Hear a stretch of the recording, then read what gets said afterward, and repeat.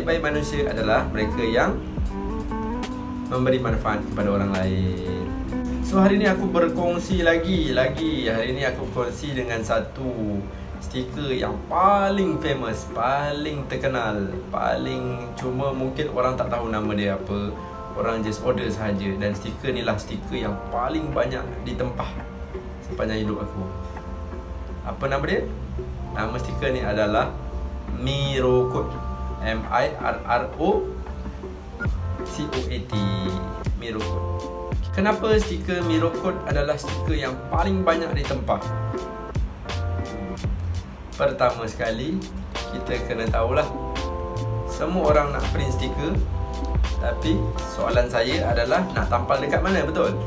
So stiker Mirrorcoat ni boleh digunakan untuk semua aplikasi, semua permukaan yang rata ataupun ada curve, semua tempat. Sesuai tu tampal Mirrorcoat ni, dekat plastik ke, dekat atas kaca ke, dekat atas metal ke, mana-mana sahaja sesuai tu tampal stiker Mirrorcoat ni. Sebab apa orang pilih Mirrorcoat dan sebab apa kita pun cadangkan guna Mirrorcoat? Sebab bajet. Dia taklah mahal. Dia tak mahal. Senang cerita dia tak mahal. Semua orang mampu milik. Dia mampu milik. Dia adalah satu pilihan stiker yang paling bijak untuk korang jimat. Tapi of course dia ada kelebihan dan kekurangan masing-masing. Mirrorcoat ni adalah yang seperti yang saya dah kongsi, stiker kedua yang berasaskan kertas, Mirrorcoat. Sebelum ni saya share simili stiker. Dia boleh tulis atas tu. Mirrorcoat stiker ni dia juga kertas, tapi permukaan dia sedikit glossy ataupun sedikit licin dan berkilat. Ni contohnya. Nampak tak? Boleh nampak tak dia berkilat? Nampak? Kalau kertas dia tak berkilat je ni. Kertas biasa tak berkilat macam ni. Nampak tu? Sifat dia dengan sifat simili stiker sama, iaitu dia tidak kalis air dan dia boleh dikoyakkan.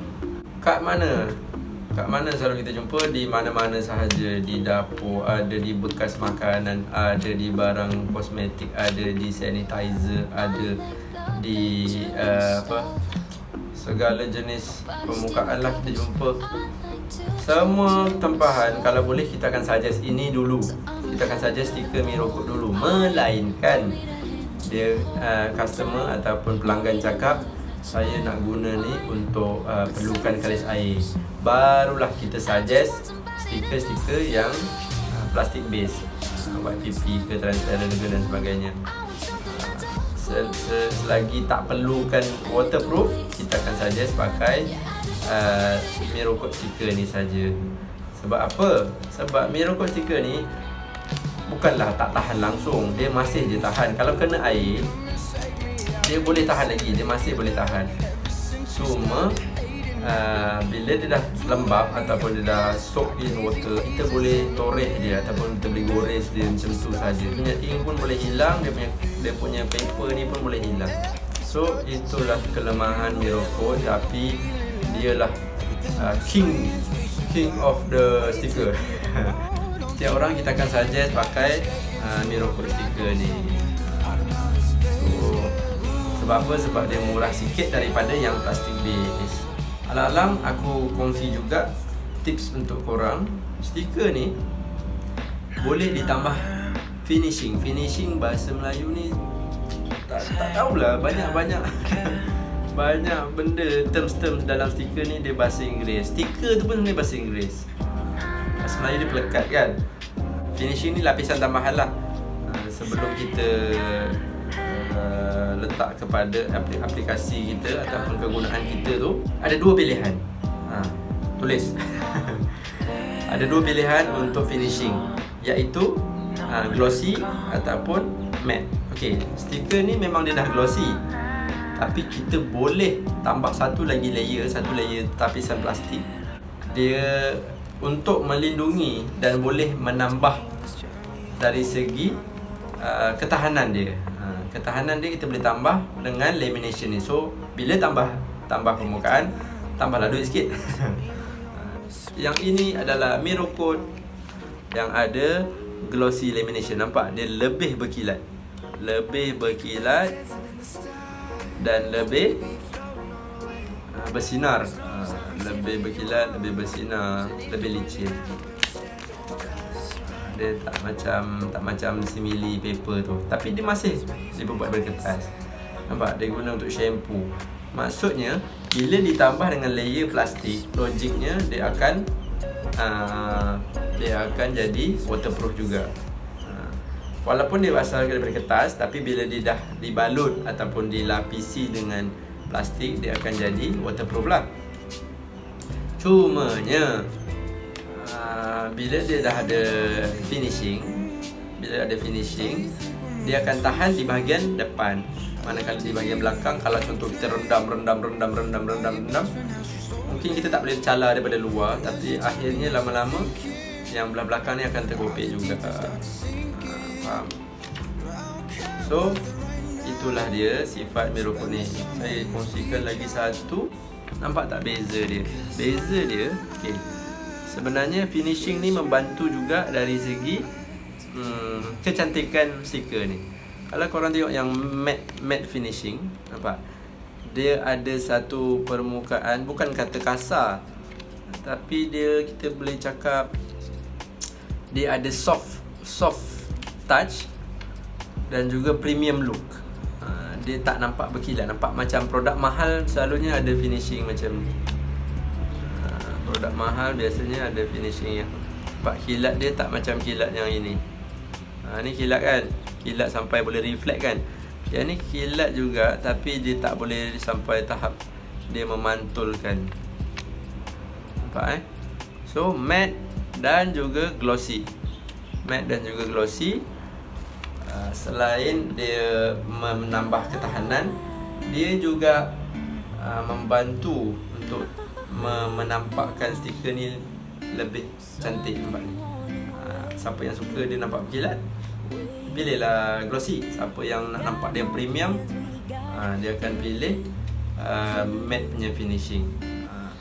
Dalam gambar memang susah nak nampak, tapi kalau depan mata memang mudah untuk korang bezakan lah antara glossy finishing dengan matte finishing. Masih, ini adalah kategori kertas.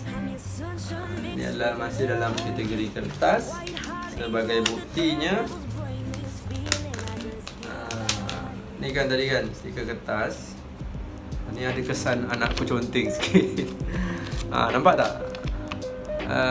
Dia tak berapa sesuai untuk pakai pen. Dia akan macam mana? Bila dia ada glossy punya ni surface, bila kita tulis, pen tu tak berapa melekat lah. Tak berapa melekat, dan stiker ni boleh dikoyak dengan mudah. Nampak? Senang je nak koyak dia. Dia memang kertas.